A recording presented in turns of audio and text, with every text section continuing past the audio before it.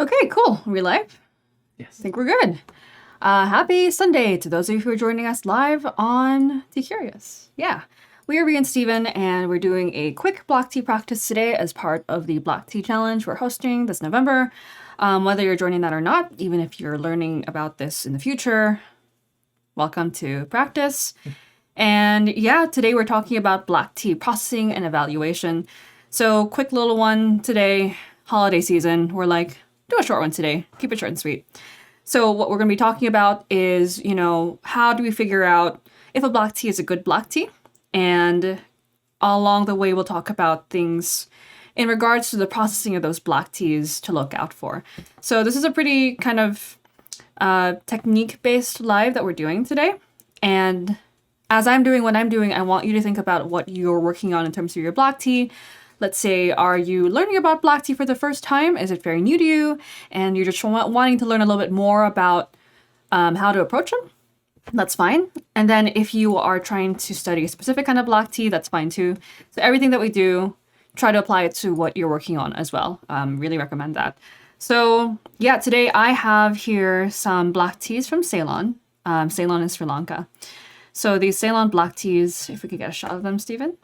Over here we have the, it's the Lumbini OPA large leaf. And over here is the Lumbini flowery broken orange peko, so FBOP. So these are honestly grades that I'm not very familiar with. I haven't had a lot of experience kind of talking about South Asian Orthodox tea grading. You might have heard things like FTG, FOP1, OP1, FOP1, FOP, BFOP. And honestly, from my experience, what I've seen is that the same grade, BFOP, when I receive it in a sample, it can look like pretty much a wide range of things. So I haven't personally ascribed a lot of importance to the grading system. For me, I kind of want to read what the vendor is talking about and then make my own decision. And I think that's important as you come in to evaluate a black tea is, yes, it's important to see what the vendor is talking about, what they have to say about the black tea that you're dealing with. But when you evaluate, it's kind of like you are taking your own chance to see what this tea is talking about. Let it speak to you, let it show you what it's about. So yeah, that's what we're talking about today. We will evaluate these two today. Yeah. I'm all hyped up. Had a lot of stuff going on this weekend. Not bad stuff, but wow, me and Steven with our introvert batteries are running low. But that's totally normal. We'll still do tea practice anyway. That's what keeps us sane. So yeah, let's say hi to our friends Nicole, Jay, T-Lab TO, 23 Axolotl, Andrew, Jean and Jane, Shiloh, Emily, welcome. Thank you for joining us today. Let us know what you guys are drinking. If it's a black tea or if you're studying with us, please let us know also. And if you have any questions about black tea, live or replay, please let us know. I'd love to be able to capture that in our practice. Yeah. Take a deep breath. It's tea time. Okay. I'm also a little bit jittery because I am not as familiar with these teas. I on purpose picked tea that I didn't know that well today. So I'm struggling with the OPA, FBOP. It's interesting because I'm so used to talking about a lot of teas. In the beginning, we were going to do a Darjeeling. But I'm like, no, let's do something I'm not as familiar with, And Sri Lanka, I'm not as familiar with. Know the tea's a little bit in theory, So we're kind of coming into it a little bit more similar, I guess. I've been to Darjeeling, so it's kind of different to see the leaves and apply that to what's happening on processing.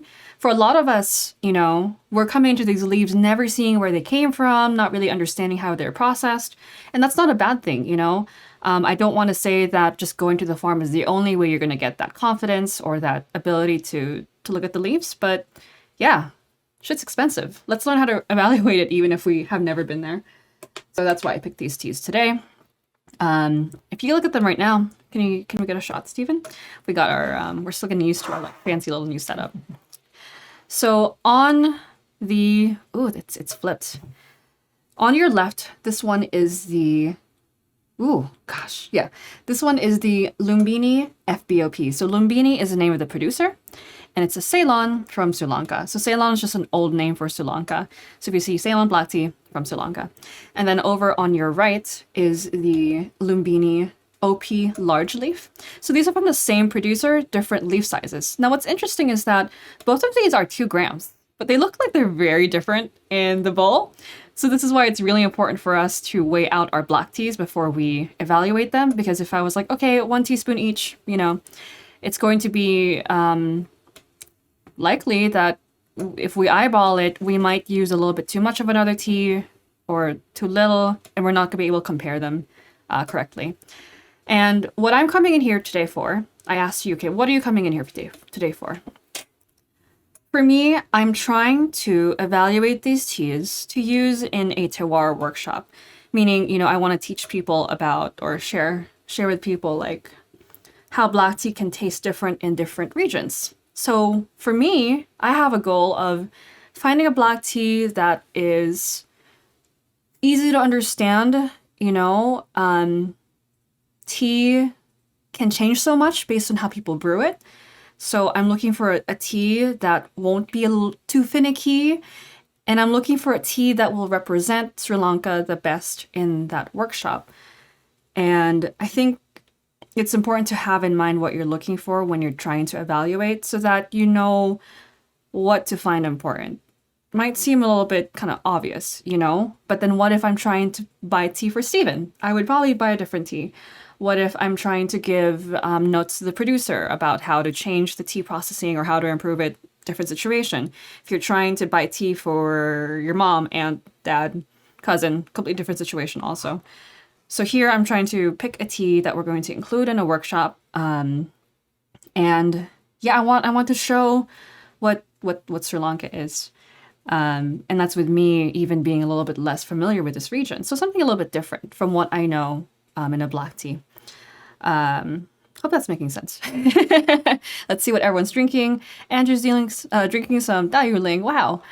Shiloh is having some roasted oolong. Emily's having 2014 Sheng impression from Yunnan Sourcing. Some fans of Yunnan Sourcing impression, actually. And Esther's here. Joe's here. Chris, Wednesday. Alex, welcome to practice today. So again, we're doing 2 different black teas from the same producer, from Lumbini. It's from Sri Lanka. And what I know about Sri Lanka, so coming back to the evaluation, I know that Sri Lankan teas have a wide range of quality and growing region. So Sri Lanka is an island and has some low elevation areas. Low elevation area is going to be, you know, more hot, more kind of like the leaves grow faster, they grow a little bit harder, a little bit more punchy. They're probably going to be pretty bold, okay? And then as we go higher in elevation, and this is all in theory, I've never been there. As we go higher in elevation, we expect the teas to get a little bit more delicate, a little bit more, you know, got a little bit bounce and kind of like a soft sparkliness to them, I guess. So usually lower elevation teas have a little bit more punch, and then higher elevation teas a little bit more laid back, a little bit more soft and just restrained, you know. Lumbini, I actually don't know which elevation it is. I wanted to look it up, but I wanted to like show my process. Can you look up the elevation of Lumbini? So what I'm going to do if I don't know an estate is I'll literally go look up Lumbini Tea Estate, and I'm going to, you know, check to see, hey, okay, which area of Sri Lanka is it in? You know, so Lumbini in Sri Lanka. We're gonna look it up. And it's like, okay, elevation's 150 meters. Wow, that's it. 150 meters. It's not that high elevation, I guess. Lumbini Tea Estate. Let's check it out, Stephen. And it's not a problem to look this up, you know? Like some people are like, yeah, I just know where everything is. So it's, yeah, 450 meters above sea level. Okay, so it's not, well, I don't know. Looks like there's some conflicting information. Anyway, you know, which is normal. I'm like, okay, so I'm seeing like a website that says 1,600 feet above sea level. It's a lot of like, okay. So anyway, yeah, some people are saying like really different information. That's really crazy. I'm seeing everywhere from like 150 feet to 1,500 feet above sea level for Lumbini, which is crazy, you know? And I literally wanted to do this today to show you like, wow, it's so hard to find information about a tea. So not knowing right now what the information on this tea is, let's just keep those things in mind. We don't have to know before we start like playing with the tea. But I am going to use my bowl brew method. So for those of you who haven't seen us do this before, this is a method where you just kind of put the same amount of leaves in 2 bowls, hit the leaves with boiling water, and then we'll use our spoons to taste them. And this just removes like the time component in the tea. So I don't really have to care how long it steeps. I just want the leaves to kind of like hang out. And if you notice the tea on the left, the FBOP, this is the FBOP that I'm brewing right now. Flowery Broken Orange Pekoe. Smaller leaves. And then over here, it's from the same farm, but they have much bigger leaves. So my guess is that this is going to be a later harvest, this one on the right here. And usually I would weigh out the water, but I'm just going to eyeball it today. And because the leaves over on the large leaf tea are bigger, I'm thinking they're also older. I'm not surprised to see them steep up this lighter color. This lighter color is more common to find if the leaves are harvested older, but it's not necessarily a bad thing. So my guess is this lighter color, older leaves, larger leaves, this tea is going to be sweeter and a little bit more gentle, but maybe dull. Versus this tea here, going back to this tea on the left, this is a Flowery Broken OP. This one's smaller leaves, younger leaves, a lot of extraction happening over here. It's going to be more poppy, it's going to be more bright. And then coming back to what I want, I'm like, okay, well, I'm thinking that this tea might be a little bit too... Well, the character of a tea comes out more clearly in the younger leaves than it does in the older leaves. So I'm thinking about my workshop now. I'm like, okay, wait. I actually really like older leaf, like, not older as in like the tree is old, but like the leaves are lower down on the bush when it's harvested. I really like that leaf material, but I don't think it reflects where the tea comes from as much as the younger tree material. It's less concentrated in terms of the kind of flavor compounds, you know? So I'm already guessing like this is probably going to be the more likely one if it tastes good for me to source for the workshop. That color difference, it's crazy. It's the same amount of leaf, but because the extraction is higher here on the left, it's gonna be more potent. Emily is asking, why does the time not matter with this method? So the time does change the taste of the tea. But in theory, when you have a good quality tea, it should have the right balance of compounds inside the tea, that it shouldn't get bitter, even if you steep it for a very long time. And so I am doing this trusting that at least one of them will be good enough to stand up to this method. Otherwise, we should kind of pull them from the leaf, not oversteep them too much, right? If a tea gets bitter over a long steeping period, which many teas do, I think majority of the teas in the market are not above average, you know? Most teas are about average. Most of the kind of like average up to above, maybe sort of above average teas will kind of suffer in this bowl brewing method.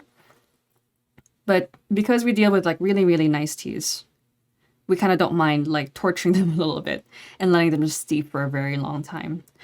So this is a good method for you to use if you want to suss out just any tea that's kind of like barely above average. It's not going to survive well here. And for me, I'm thinking about now, if I send this tea out to people and they're brewing tea with like whatever teaware, or whatever temperature, or whatever like mental state that they're in. Maybe they're, you know, like me today, I'm a little bit jittery, right? Or maybe they're, you know, a little bit new to brewing tea and they're a little bit nervous about pouring the gaiwan and they kind of like take a couple seconds. A tea that can stand this for a very long time, I think a lot of like, I'm guessing more than a few of you are like, oh my God, black tea in boiling hot water for more than a couple seconds, Jesus, this is not going to be very bitter. I'm like, it's possible, but I don't want to send that tea that is so sensitive to a wide variety of people who may or may not know, how to confidently deal with that tea, I think that higher quality tea is just more forgiving. So that's why I hope that answers the question, Emily, about why it's not as important to time this evaluation method. And also, I think it's just more convenient. This is a method that I picked up like hanging out around tea makers. When they're tasting tea on the farms, they're not like getting out like a cupping set necessarily. They'll probably use a cupping set. You've seen those cupping sets, like what they use for like evaluating tea on like a very professional level. Like you see them in competitions, tea judging. Informal evaluation, they will use a cupping set so that they can control the time and the volume of the water. But when you're hanging out with tea makers, I find that they use this a lot during the tea making process. And if they're not showing off to like a buyer or something like that, or like a really fancy person, they'll typically just bust out some bowls, put the leaves in, just pour some water in. And that's trusting that the tea will be good enough to stand up to this method. Yeah. All right, so let's try these teas. Been talking for a long time. It also suits me because I talk a lot while we talk about evaluation. So let's try these teas. Let's start with the flowery broken OP on your left. Thanks for bearing with me, by the way, because this is my right. That's your left. Wow, so good. Good job, tea. Oh my, I'm so proud of this tea. See? Amazing. Really delicious. Wow. Like, oh my God, so good. Whew, wow. So much character. Really, really zesty, really lively. Wow. This tea and I, very, very nice first impression.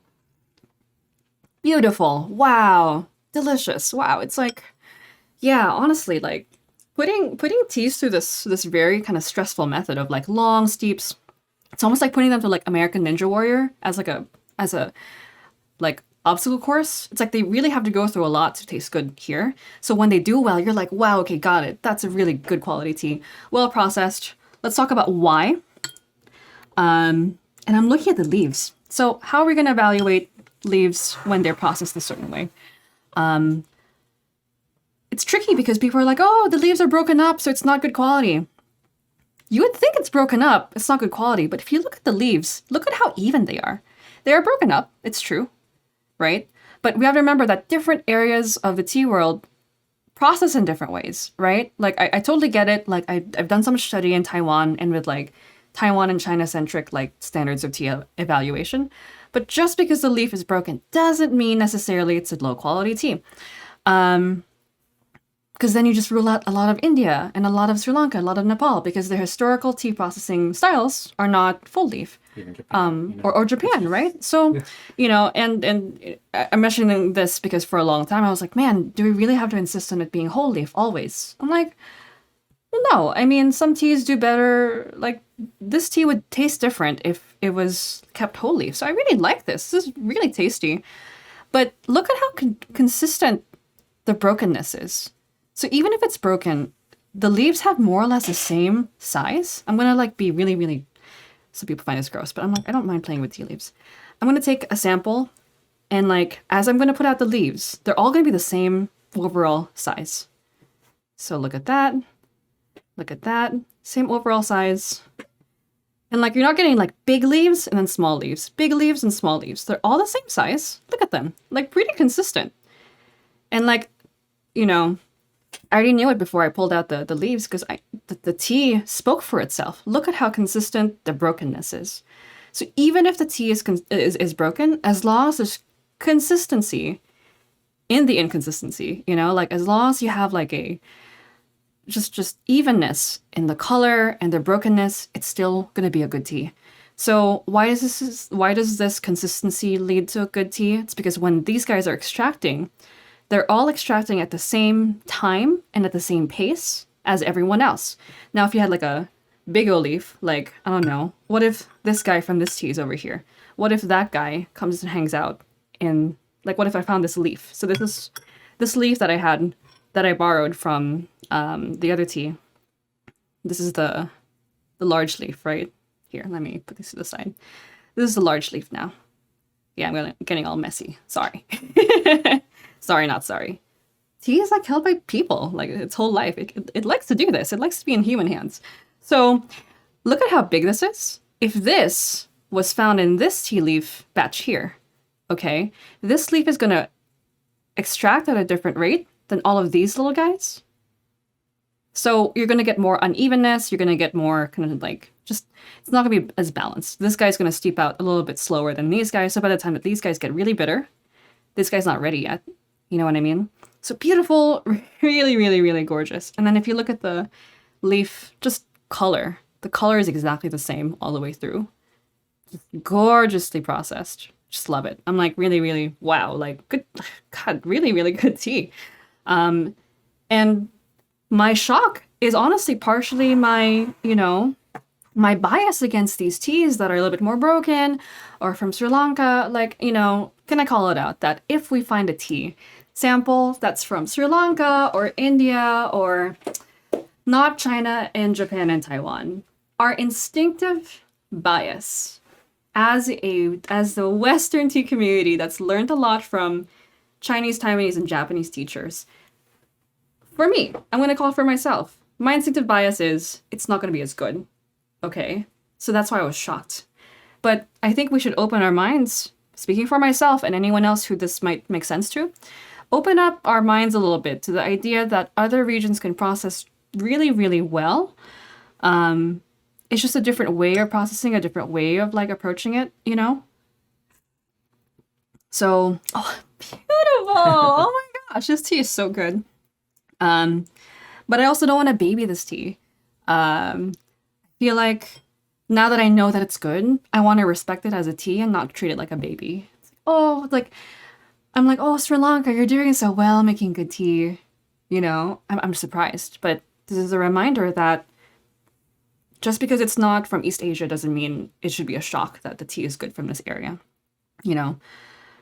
So delicious, just so lively, so much character. It tastes completely different from an Indian tea.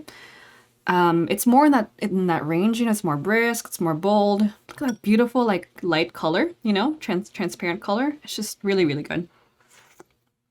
I think this tea is really the one. I haven't even drunk this tea. And then totally reasonable question. What about this tea that's been sitting for a couple more minutes? And I've gotten this question about our boil brewing before. Sometimes our lives go for like an hour, right?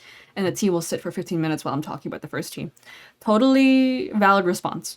And I think that if you are not used to this boil brew method, I'm just going to be honest, it is going to affect your perception of the tea quite a bit.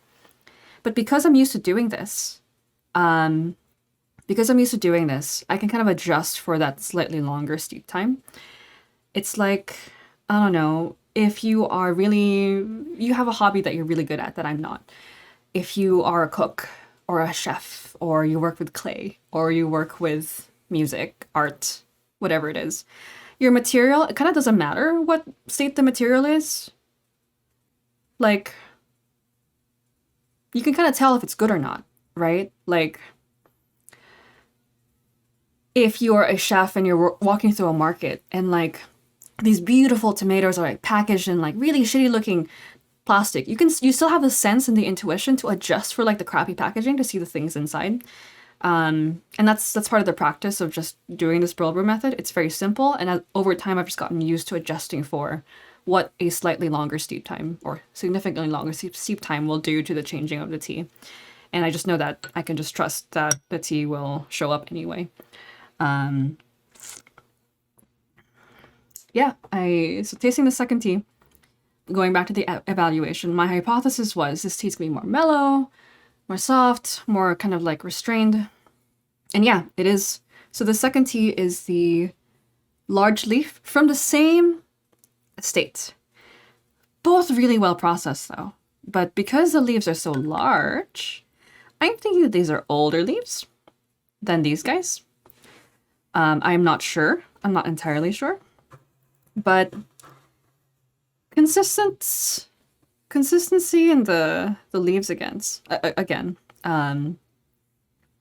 So I actually like this tea a lot. It's just not as impressive as the first tea, which is funny because you would think sometimes, like when you look at the leaf, like, wow, the leaves are so full, they're so big, you know, looks good. But when I drink it, I'm like, it's pretty good, but it's just pretty good. But it's not gonna like be a tea to write home about, I don't think. Steven, you can try it out. And again, my guess is that these are older leaves, harvested a little bit later in the season. They have a little bit less potency. They're not as bright. They're not as punchy. We brewed this tea a little bit later than the other tea, right? The one over here. But it's weaker. It's just not as poppy. It's a little bit smoother. Easygoing. But this to me is a hanging out on a weekend playing Genshin Impact with Steven.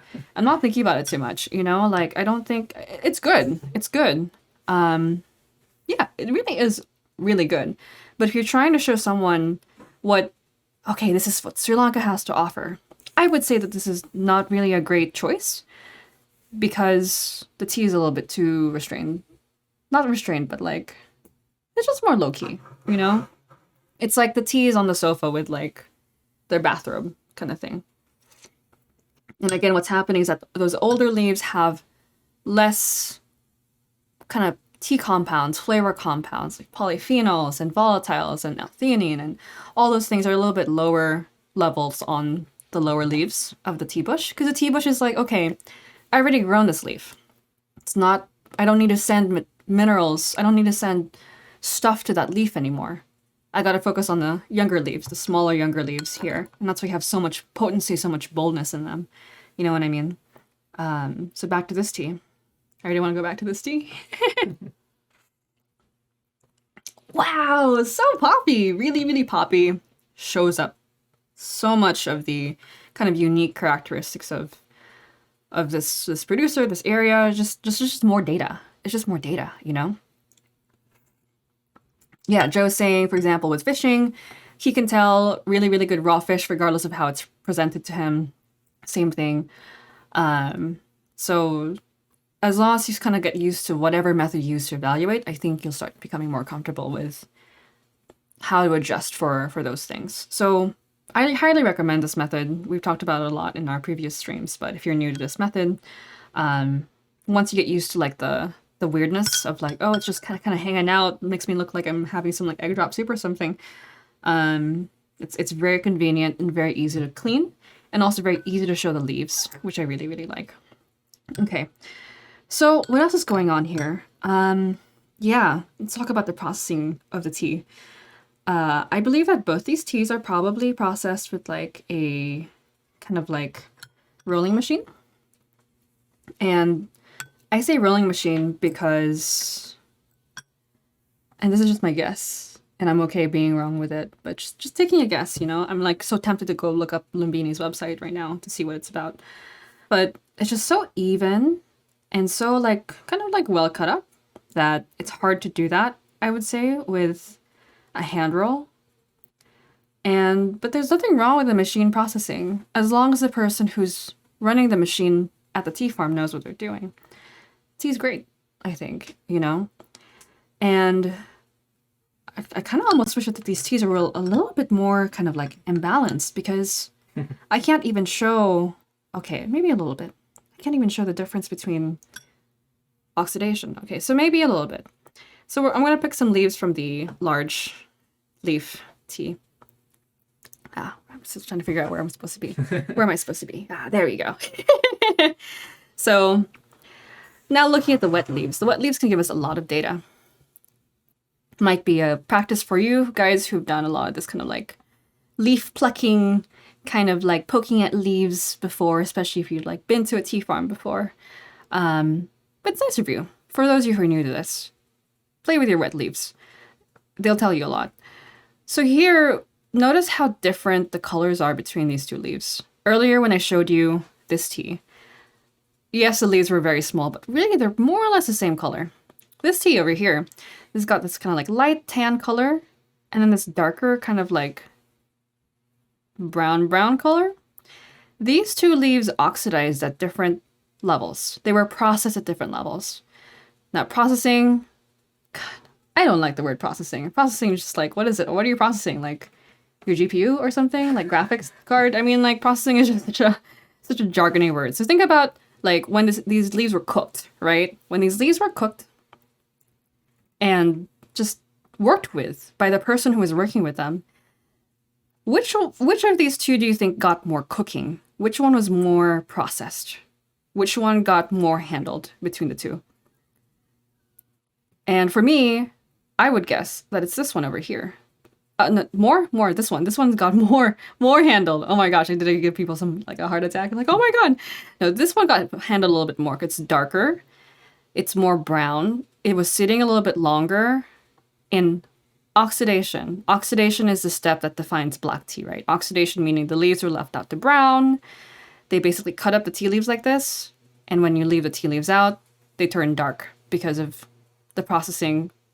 God, processing because of the enzymes in the leaf breaking down the tea compounds and just kind of like degrading them, but in a good way, making them like changing them, transforming them. So this leaf is more transformed. It's changed more. This leaf hasn't changed as much. Put them in the same bowl though, and this guy has different, very slightly different flavor compounds coming out than this guy. Okay? That is kind of a problem because we want to have a more consistent taste in the tea. And I would say that the large leaf, this tea, is a little bit more imbalanced than the first tea. I would say. It's not bad, but it doesn't have as much kind of cohesion. Cohesion meaning like it's not as well put together. Again, this, like I said, this tea is the tea that's kind of on the sofa, in the bathrobe. It's not a big deal. It's okay for like on the sofa with a bathrobe. I fucking love bathrobes. It's great. But, you know, it's just not as like on it. And that's okay. So the tea maker has to control how well and how consistently they oxidize both leaves. And in theory, they should really be the same color. Not that big of a deal. And what's happening is when they're leaving the leaves out to process, God, the word process, when they're leaving, you're like, Ree, why do you hate the word process so much? It's like, it's because when you're new to tea, processing is a bad word. You're like, what the fuck does that mean? When the tea is being worked with. When the tea is being worked with, okay? When the tea is being worked with, they put the tea leaves in a pile to oxidize, to brown. And basically, if you have a pile like this, right, of leaves, imagine just a pile of leaves. The leaves here, the leaves here, and the leaves here are browning at different states. And a good tea maker should be able to kind of like flip it and like move it around and make sure that all of them are kind of getting the same level of oxidation. Or arrange the pile so it's like really, really, really thin, but not too thin so that the leaves dry out. So the oxidation is a little bit more even. The processing is a little the cooking, the handling of the tea is a little bit more even, okay? So yeah, I would say that this is the better tea for sure, even if it's broken. Isn't that interesting? Like it's more broken in theory. It's like, wow, like I do that when I see a tea and it's broken, right, Steven? Like, I'm like, it's broken, so it's not good. Yeah, it's this tea is handling so well. Very, very well processed tea. Yeah. This tea here, it's still good. I still think it's good. Steven, thoughts? I want to try this one again. Any questions, by the way? I hope that made some sense. So we're keeping it short today, so I'm going to wrap up really soon. But I hope that made a little bit of sense in terms of what we're looking for when we're evaluating tea, like kind of like the mindset of what we're doing, what we're trying to source it for. You know, honestly, this tea, if people are like, I don't like Ceylon tea because it's too poppy, I would probably have them try this large leaf. Large leaf teas are pretty gentle. One time I took like a tea that had a mix of large leaf and small leaf, like older harvest material and younger harvest material, separated them. I was working with a farmer at the time, and I was like, oh, you're not supposed to put the old leaves in with the young leaves. It's not good. So I separated it out and tried to show him. You're like, oh, look, if you separate the old leaves, the tea's going to taste better. The old leaves were actually sweeter and more smooth, you know? So this tea absolutely is sweeter and more smooth, I would say. Right, Stephen? Sweeter, more smooth, more friendly, more approachable. really just more easygoing, you know? I'm not as impressed by this tea in this session because I'm trying to find a more kind of showy presentation tea, you know? But it's an excellent tea. Really excellent. Remember, I'm coming into this tea session looking for a tea to include in a workshop. So I need a tea that's a little bit more bold and dramatic and has a statement and has something to tell us and show us, like, this is me, this is what I got. But I also have to make sure that it's easy to brew because I don't want people to like, oh my god, this tea like killed me, it was so difficult to brew. This is a very good tea. Here, the FBOP. I will say though, I wish I could like write to Lumini. Lumini, can you like name them a little bit easier? Like I don't even care. I'm not even talking about like make it like an English name, but like FBOP, BOP, FTG, FOP. It's so difficult using the grades. So I think that's pretty much it. Any questions? Let us know, please. I hope this was helpful for you guys as you are going through like your black tea evaluation practices for the challenge. Remember that if you want to do more of the black tea focus stuff, it's on the Discord, the Tea Curious Discord, which is on our bio. And really what we're trying to do by doing all of this is to just practice more and like have different approaches of doing black tea. This is a very kind of analytical way of drinking your tea. So I recommend doing this if, let's say, you get a sample from a vendor and they're like, hey, there's Sun Moon Lake Assam and Sun Moon Lake Ruby 18 and also Sun Moon Lake Third Harvest Summer Assam. You're like, okay, what's the difference? This is a perfect way to kind of do a side-by-side and kind of like just taste the differences. Play with the leaves. Yeah. Yep. Anything else? I think we're good. Can you see the inconsistency in the color in the dry leaf? Oh, that's a good question. So, is there inconsistency in the color in the dry leaf?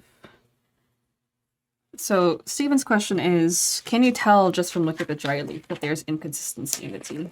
Honestly, this tea that I would point out the inconsistency on, it's really not that inconsistent. Sometimes you'll find black teas that are like green and black and oh my gosh, so many different like colors. And it looks pretty, but it's not a sign of good processing.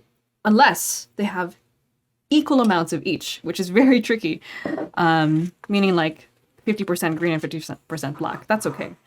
Sometimes you see that in like Oriental Beauty, for example, where like if you look at it, it's lots of colors, but it's pretty much 50% green, 50% black.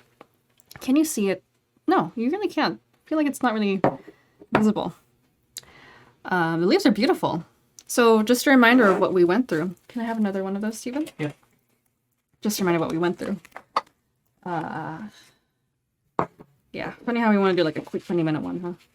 I'm working on it. The tea schedule. I know, the tea schedule. So, I mean, tell me, those of you who have been practicing tea for a while, tell me you would not be biased to say that this tea is going to be a higher quality than this tea because this tea is broken.